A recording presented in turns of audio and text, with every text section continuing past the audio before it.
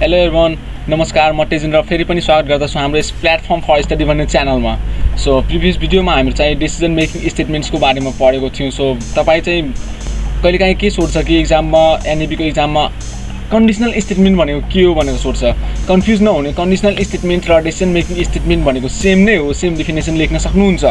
So next आज चाहिँ हामीसँग types of decision making statement भित्रको एउटा इफ स्टेटमेन्ट भन्ने छ। सो आजको टपिक चाहिँ हाम्रो इफ स्टेटमेन्टको बारेमा हामी डिस्कस गर्ने नै छौँ र उसको बारेमा बुझ्ने नै छौँ र कसरी युज गर्ने एउटा एक्जाम्पल थ्रु हामी हेर्ने नै छौँ। So let start. Okay, so if statement भनेपछि यो त मात्रै कन्डिसनलाई चेक गर्ने गर्छ र उसको यो त मात्रै ब्लक अफ स्टेटमेन्ट हुन्छ त्यही कन्डिसन अनुसार। द्याट मिन्स यसको सिन्ट्याक्स तपाईँ हेर्न सक्नुहुन्छ यता कि इफ त्यसपछि ब्राकेट ओपन, त्यसपछि कन्डिसन दिइन्छ, त्यसपछि कर्ली ब्राकेट्स ओपन, त्यसपछि हाम्रो block of statements according with this conditions will be executed, त्यसपछि curly brackets close. That means यसलाई हामी के भन्न सक्छौँ कि the statements which allow you to check only one conditions with only one's block of statements according to which these conditions, that is called if a statement. So हामीहरु यसको चाहिँ example एकदमै simple तरिकाले एक्जाम्पल थ्रु हामीहरु बुझ्ने छौँ। Okay, so let start. Example through नै बुझ्छौँ हामीहरु। Okay, so अब म चाहिँ हाम्रो डेस्कटपको माथि आइसकेको छु। सो डेस्कटपमा आइसकेको छु म। सो तपाईँ पनि आफ्नो डेस्कटपमा जानुहोस् र डेभ सी प्लस प्लस भन्ने आइडीलाई ओपन गर्नुहोस्। ओके, म ओपन गरिसकेँ र एउटा नयाँ फाइल क्रिएट गरेँ कन्ट्रोल प्लस एन्ड प्रेस गरेर। Control plus and okay, here control plus and okay, new file create भइसकेपछि मैले यसलाई चाहिँ सेभ गरेँ। ओके, एक्जाम्पल अफ इफ भन्ने नाम दिएर मैले सेभ गरेँ। एक्जाम्पल अफ इफ यसरी लेखौँ क्यामल केसमा, example of if dot C. Save गरिसकेपछि अब हेडर फाइल इन्क्लुड गरिहाल्ने, हेडर फाइललाई इन्क्लुड गरिहाल्ने, इन्क्लुड std.h, त्यसपछि include conio.h। अब हेडर फाइल इन्क्लुड भइसकेपछि चाहिँ हामीले नेक्स्ट मेन मेथडलाई स्टार्ट गरिहाल्ने। So int main method start भइसकेपछि अब चाहिँ यस्तो एउटा सानो इक्जाम्पल लिउँ कि यदि तपाईँको एज ग्रेटर देन 18 छ, यदि 18 भन्दा ठुलो छ भनेपछि के उसलाई के एक्सेस गर्न दिने, यदि सानो छ भनेपछि उसलाई चाहिँ एक्सेस गर्न दिने कि नदिने, त्यस्तो टाइपको एउटा एक्जाम्पल हेरौँ। फर्स्टमा मैले एजको लागि एउटा के गरेँ कि एउटा सानो के बनाएँ, इन्ट एज भन्ने भ्यारिएबल बनाएँ। त्यसपछि एज भन्ने एउटा भ्यारिएबल बनाइसकेपछि चाहिँ अब युजरसँग एज माग्नु पऱ्यो। सो एज माग्नको लागि हामीले चाहिँ एउटा सानो मेसेज प्रिन्ट गर्नुपर्ने हुन्छ, जस्तै हाउ ओल्ड आर यु, या एन्टर योर एज, या your age is greater than 18 or not, त्यस टाइपको म्यासेजहरू हामीले प्रिन्ट गर्नुपर्ने हुन्छ। सो मैले एउटा चाहिँ सानो म्यासेज प्रिन्ट गरेँ, PRIN print of how old are you भन्ने एउटा म्यासेज प्रिन्ट गरिसकेपछि अब यो म्यासेज चाहिँ युजरलाई डिस्प्ले हुन्छ। अब युजरलाई डिस्प्ले भइसकेपछि ऊ के सोध्छ कि ए यो त मेरो एज मागिराखेको छ। सो के गर्छ, उसले चाहिँ आफ्नो एज प्रोभाइड गर्छ। अब एज प्रोभाइड गर्छ, त्यो एजलाई यो एज भन्ने भ्यारिएबलमा ल्याएर राख्नुपर्ने हुन्छ। सो त्यसको लागि चाहिँ हामीले स्क्यानअप भन्ने एउटा इनपुट किवर्डको बारेमा हामीले हेरेकै थियौँ। सो त्यो किवर्ड युज गर्छौँ, SCANF स्क्यानअप स्टेटमेन्ट। त्यसपछि हाम्रो एज भनेको इन्टिजर हो, इन्टिजरको लागि पर्सेन्टेज डी युज गर्ने।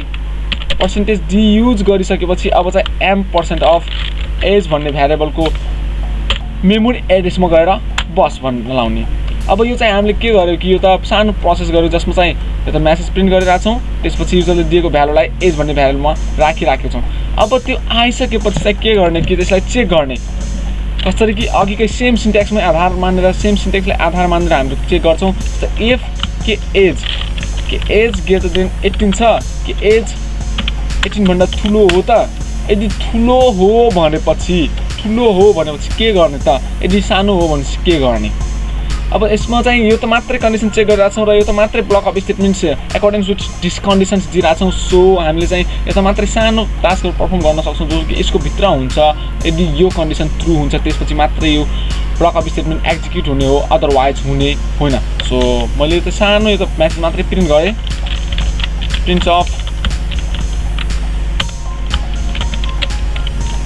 SS, SSE, SS guaranteed for this video.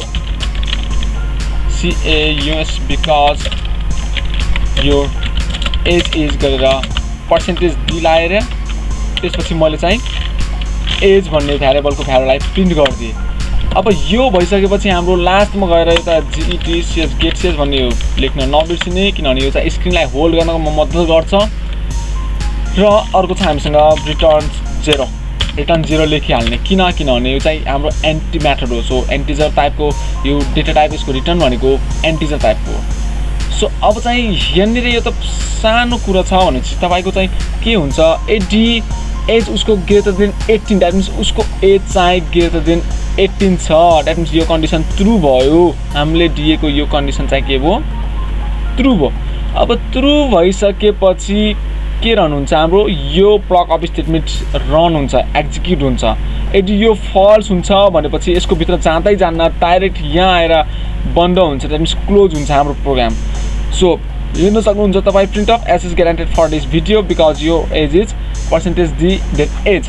यहाँनिर तपाईँ जति पनि टास्कहरू पर्फर्म गर्नुपर्ने छ, जस्तै कुनै कहिलेकाहीँ फेसबुकमा हामीले एकाउन्ट क्रिएट गर्ने बेला के गर्छ कि हाम्रो डेट अफ बर्थ सोध्छ। सो डेट अफ बर्थलाई हामीहरू यदि सानो, द्याट मिन्स मानौ आज 2021 चलिरहेको छ भने 2021 दिन्छ भने के भन्छ कि your age is too small, that means you are not eligible to create your account भन्छ।